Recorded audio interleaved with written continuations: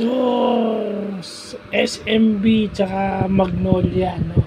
So, dun mo makikita yung importance ng meron kang Junmar Fajardo. Kasi, kapag wala si Junmar Fajardo, sumisikip yung space. So, yung Sona, okay, sumona yung Magnolia, no? Dahil walang Junmar, nando si Marcio. Pero, yung Sona na yun, is nakatingin kay Marcio Lassiter.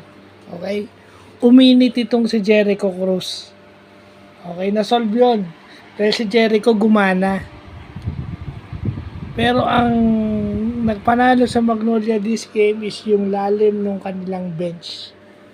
Yung lalim ng kanilang bench na si Polly nga hindi na naglaro nung bandang dulo dahil natapilok. So ganun kalalim yung Magnolia ngayon.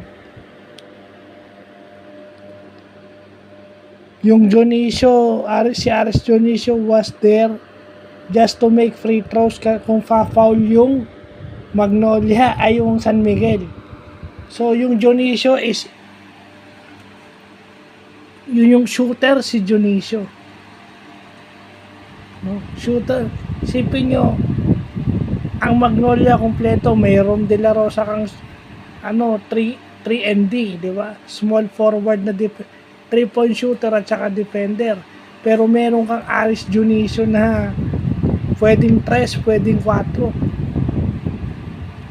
Di ba? Meron ka pang Angelic Amici na hindi ginagamit. Meron ka pang Jed Mendoza na hindi masyadong ginagamit.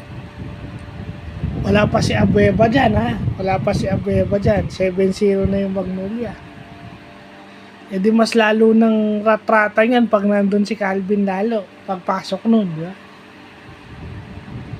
So yun lang. Yung San Miguel lang kasi is nawala yung nila eh. Nawala yung pangontrasona nila. Kasi pag nandun si Junmar, hindi ka necessary sa zona eh. Aggressive yung double team mo. Umiikot yung bola nung San Miguel. Kasi wala si Junmar eh. So anong gagawin ni Lapot? Kung sila James Lapot yung nasa gitna. Patay-patayan si CJ. Si CJ nakaka-drive. Nakaka-drive si CJ. Nakakasugod siya sa basket. Pero ang sasalubong sa kanya 6'10".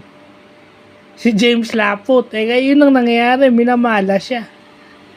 Nakaka-drive siya. Pero ang sasalubong sa kanya parate is si James Lapot. Whereas kung nandun si Junmar City, kay Junmar yun, libre yung lane.